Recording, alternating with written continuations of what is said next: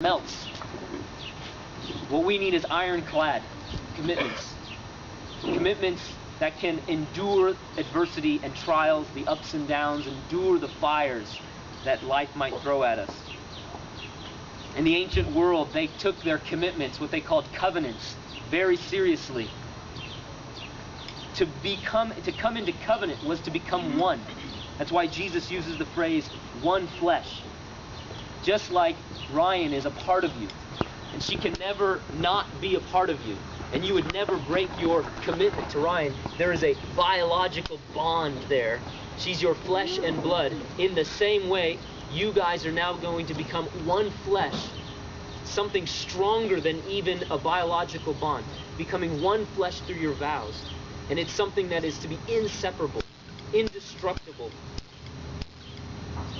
In some cultures in the ancient world, they would use salt to barter. They didn't necessarily have refrigerators, so salt was really, really important, obviously. And when they would come into covenant, sometimes they would make what's called a salt covenant.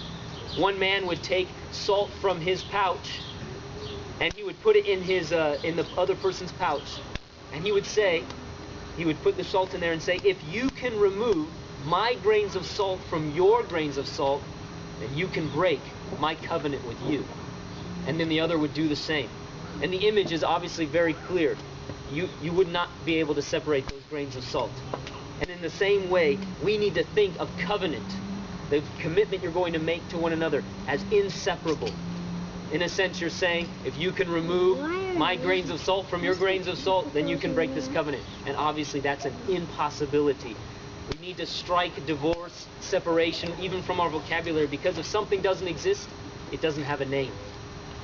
This is the kind of commitment that we see reflected in Ruth's words to Naomi in the book of Ruth in the Bible. Ruth says this to Naomi. She was not her biological daughter, but she was making a covenant with Naomi to be her biological daughter forever. Ruth said this to Naomi, entreat me not to leave you, or to turn back from following after you. For wherever you go, I will go, and wherever you lodge, I will lodge. Your people shall be my people, and your God my God. Where you die, I will die, and there I will be buried. The Lord do so to me, and more also, if anything but death parts you and me. Those words reflect the seriousness of covenant. They reflect the strength of covenant. That kind of faithfulness, that kind of love that endures even to the end. And that's the kind of commitment you're making to one another today. What holds that together? I just want to encourage you. It's forgiveness. We let each other down. We make mistakes. We fall short. We disappoint one another. But forgiveness is the glue of relationship. It is the glue. It's the bond that keeps us together. I want to encourage you to keep short accounts. Be open, be honest, talk about things. If there's hurt, if there's pain, if there's disappointment, talk about it. Let it all out. Be honest with one another. If there's wants or desires or needs in your life, talk about it. Open up. And when people fall short, offer that forgiveness. Simply means release them from those debts. Release them from that hold. And I believe in this way, you would have that strong commitment. Ryan and any other children that you have, they grow in the soil of your unity. You want strong kids, strong marriage. If you're committed to one another, she will see that, your other children will see that, and they'll grow in that environment of safety. And so as you come together with that love and that faithfulness, you maintain that forgiveness, that heart connectedness, she will grow in that, and as well as any other children. And in that way, I believe the Lord is joining you to be a new family. Well, now it's your turn. Let me ask you a question. And you can reply by stating, I will. Eric, will you take Stephanie to be your wife, excluding all others, and be faithful and loyal to her, to love her, comfort her, cherish her in sickness and in health, as long as you both shall live? I will. Stephanie, will you take Eric to be your husband, excluding all others, and be faithful and loyal to him, to love him, honor him, live with him, comfort and cherish him in sickness and in health, as long as you both shall live? I will. It's your turn to state your vows. Eric, simply repeat after me.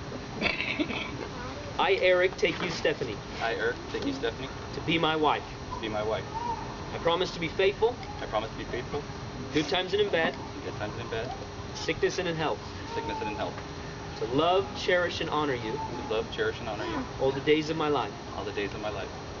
I promise to continue to grow with you I promise to continue to grow with you every day the Lord allows me every day the Lord allows me to share this life with you. to share this life with you. You are my friend and my partner, You are my friend and my partner, my hopes and dreams, my hopes and dreams, the best thing that's ever happened to me. the best thing that's ever happened.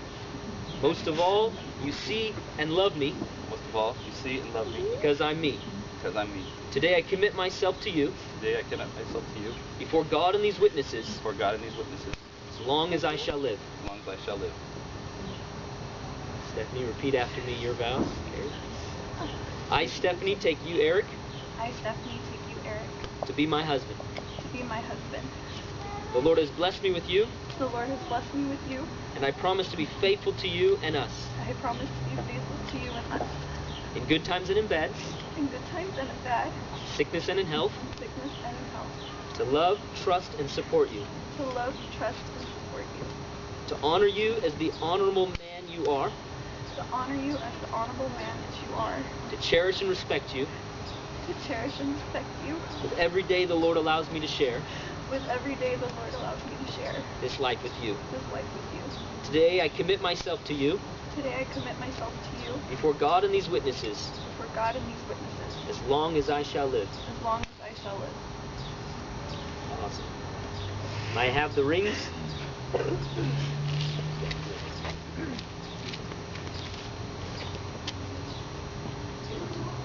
So these rings are your, if you will, your first gifts to one another as a married couple.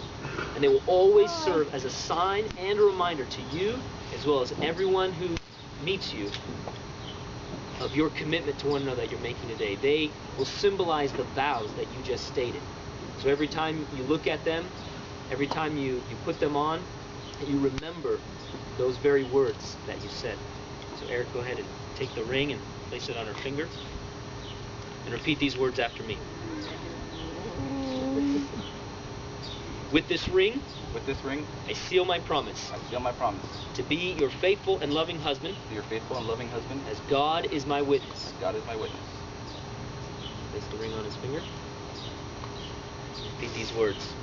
With this ring, With this ring, I seal my promise I seal my promise to be your faithful and loving wife, to be your faithful and loving wife, as God is my witness. as God is my witness. At this time, Eric and Stephanie would like to symbolize this coming together as a new family through a fish ceremony that many of you have seen up here. The fish in the bowl represents Ryan, who is a part of their family and a part of this new family that God is forming. And the two fish on the side represent Eric and Stephanie. And they're going to pour their fish into the bowl with Ryan's fish, symbolizing that God is bringing them into oneness. And I really like the image here. It's not a static or dead image like salt or sand or a candle, but it's living. That they're going to live and they're going to grow together, just like these fish live together and grow together. And that it's going to be them growing in love together. So go ahead and do that. Ryan, come here, baby. Come here.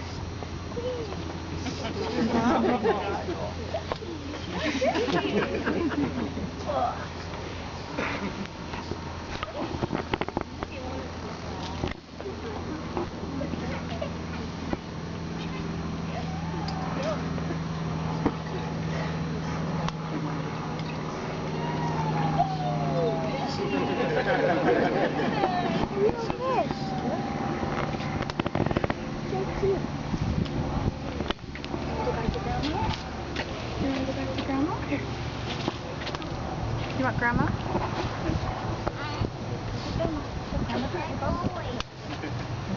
Sure, it's good like the fish. Awesome. Way to go. Well, Now, Eric and Stephanie have given themselves to one another through these vows, and they've indicated it by the rings that they gave to one another. Therefore, it's my privilege, by the grace of God, to pronounce you, Eric and Stephanie, husband and wife, in the name of the Father, the Son, and the Holy Spirit. And I declare, what God has joined, let no man separate. Eric, you may kiss your bride.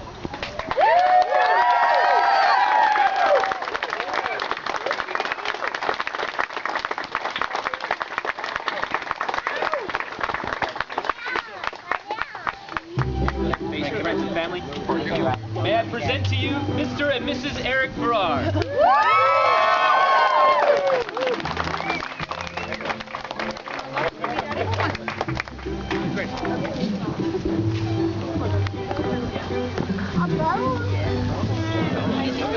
Hello.